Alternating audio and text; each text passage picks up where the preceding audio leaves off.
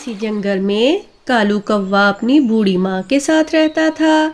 वो बहुत आलसी था, कोई काम नहीं करता था, हमेशा घर में सोया रहता और दूसरे परिंदों से उधार लेकर खाता रहता। उसकी माँ को ये बात पसंद नहीं थी।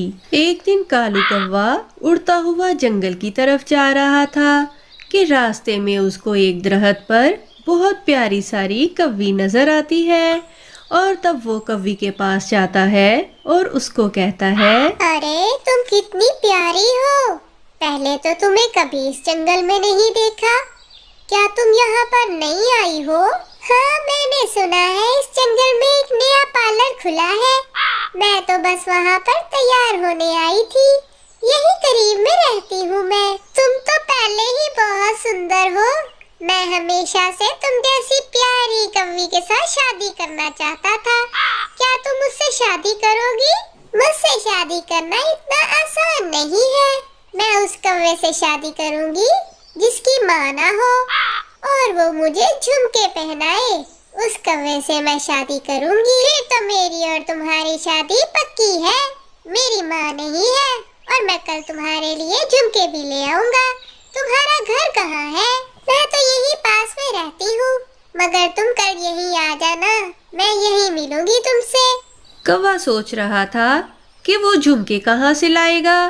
ये सोचते सोचते वो बहुत दूर चला जाता है। अरे कालू, बहुत देर बाद तुझको देखा है। मैं बहुत बूढ़ी हो गई हूँ, इसलिए कभी जंगल नहीं गई। अगर तू मेरा एक काम कर दे तो मैं तुझे बहुत सारे पैसे दूंगी।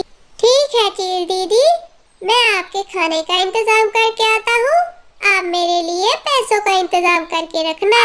ठीक है कालू, मगर कोई मोटा ताजा परिंदा लेकर आना। मुझे खाना खाए हुए काफी दिन हो गए हैं। और फिर कालू लूसी कबूतरी को जाकर कहता है, लूसी, चील दीदी पहाड़ी पर मिठाई बांट रही है। चलो आओ, मैं तुम्हें उनसे मिठाई लेकर देता हूँ। मुझे नहीं खानी तुम्हारी चील दीदी की मिठाई, तुम ही जाकर खाओ। और फिर रास्ते में उसको बबलू चिड़ा मिल जाता है। अरे बबलू, चील दीदी ने पहाड़ी पर एक नया पार्लर खोला है। चल आजा, तेरी वहाँ से कटिंग करवा के लाता हूँ। मुझे नहीं करवानी तेरी चील दीदी से कटिंग।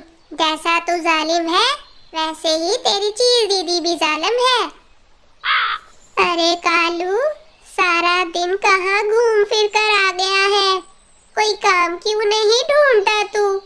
कितना परेशान करके रखा है तूने मुझे। और फिर रात हो जाती है, सब सो जाते हैं, मगर कालू कौवे को तो नींद ही नहीं आ रही थी। मगर अचानक से कालू कौवे के दिमाग में एक आइडिया आता है और वो होश होकर सो जाता है। अगली सुबह कालू कौवा जल्दी उठ जाता है और अपनी माँ से कहता है, माँ, चलो मैं तुम्हें मेला दिखा लाता हूँ। दूसरे जंगल में बहुत अच्छा मेला लगा हुआ है। आज तो मेरा बेटा बहुत खुश लग रहा है।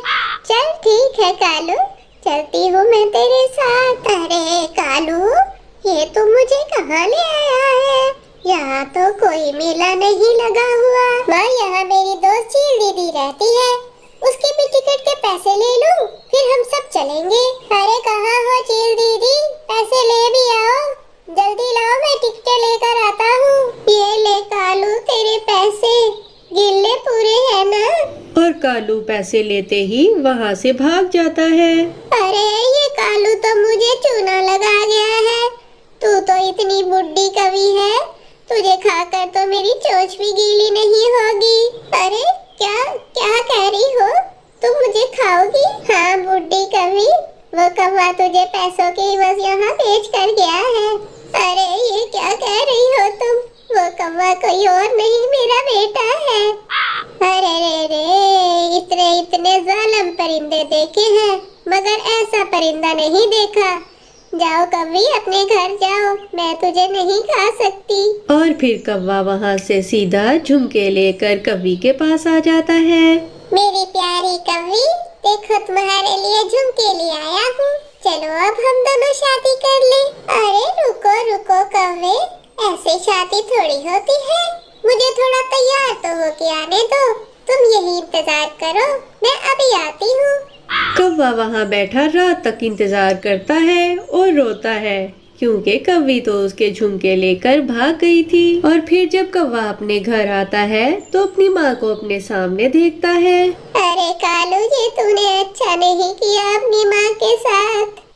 कालू का रोना उसकी माँ से देखा नहीं जाता और वो उसे माफ कर देती है क्योंकि माँ बाप अपने बच्चों को कभी भी तकलीफ में नहीं देख सकते।